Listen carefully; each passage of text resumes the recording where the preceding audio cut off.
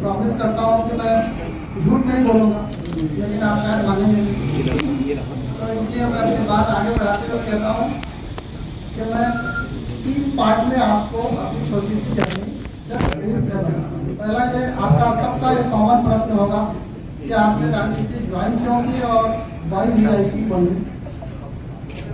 तो जैसा विजय सिंह साहब ने बताया, काफी 28 वर्ष की अपनी सेवा के बाद मुझे अपने गांव और अपने प्रदेश से बहुत ही प्रेम है, लेकिन मैं पिछले लगभग 30 सालों से बाहर था। तो अब मेरे पास वहाँ कोई बहुत करने को कोई गुणात्मक या क्वालिटेटिव वर्क था नहीं। बहुत सीनियर लेवल पे जाके आप बहुत ही जिसको कहते हैं ना एफएल टावर में आप बंद हो जाते हैं।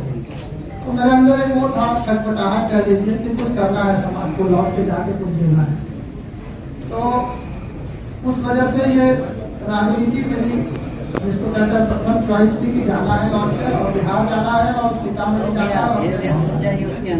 अब ये बात की वाई VIP, तो राजनीति में आप जब अपना सफर शुरू करने वाले रहते हैं तो ऐसा नहीं है कि मैंने मेरी मित्रता या मेरा परिचय केवल शादी जी से था।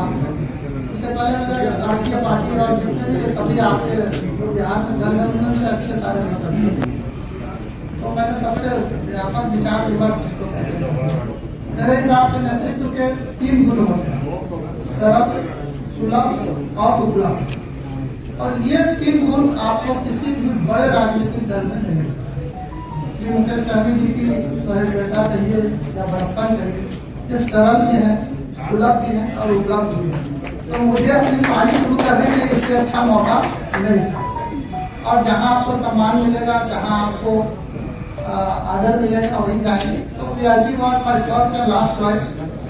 मैं कहीं और किसी और दरवाजे पर ध्यान नहीं लूँ, मुझे जरूरत नहीं थी। दूसरी वजह कि मैं आया क्यों, उसकी वजह यह है कि बिहार में आप देखते हो, ठीक है, जो सत्यता है वो सत्यता है। हमारा समाज वर्टिकल है, क्लासिफाइड है, वर्टिकल्स में बटा हुआ है। ये इसके नेता है, ये उसके नेता है, उसके नेता है। मैं आपसे पूछता हूँ कि 18% आबादी का कौन सा नेता है, किसकी आवाज है जो आप सुनना चाहते हैं, या कौन है जो उनके बिहार में बात करता है?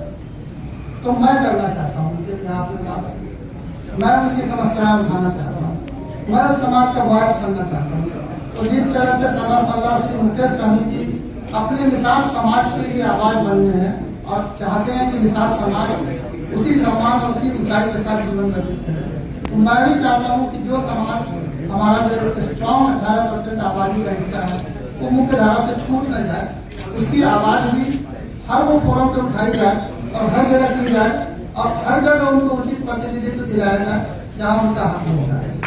उसके लिए मुकेश सहनी जी ने ओपन जिसको कहते हैं और खुले दिल से स्वागत किया कि आपके विचार अच्छे हैं, आप आइए मेरे साथ, हम सब मिलकर बिहार को सुंदर करेंगे, अपने समाज के लिए काम करेंगे। अब जैसे मैं बता रहा था कि दूसरा आपका ऑब्वियस प्रश्न ये होगा कि वक्फ बिल के बारे में। वक्फ बिल के बारे में थोड़ी देर हो गई है क्योंकि एक्ट ऑलरेडी बन चुका है, माननीय महामहिम का अनुमोदन भी प्राप्त हो चुका है। तो ये कॉन्स्टिट्यूशनल मोरालिटी का प्रश्न है। अब वो वक्फ बिल सुप्रीम कोर्ट में जुडिशियल रिव्यू में है, इसलिए हमारा या किसी और का बहुत कुछ उस पर बोलना उचित नहीं है। और जो संगठन है, जो मुस्लिमों के ऑर्गेनाइजेशन हैं, वो वहाँ रिप्रेजेंट कर रहे हैं, अच्छे अधिवक्ता लगे हैं।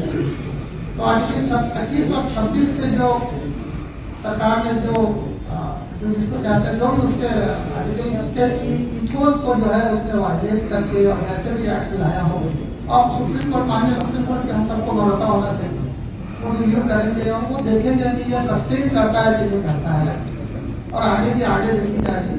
लेकिन हाँ, ये जरूर है कि मुस्लिम समाज इस एक्ट से और अपने निजी मामला में दखलंदाजी से क्षुब्ध है, और जो संरक्षण आर्टिकल का था उस संरक्षण के ऊपर उनको अविश्वास पैदा हो गया। तीसरी बात कि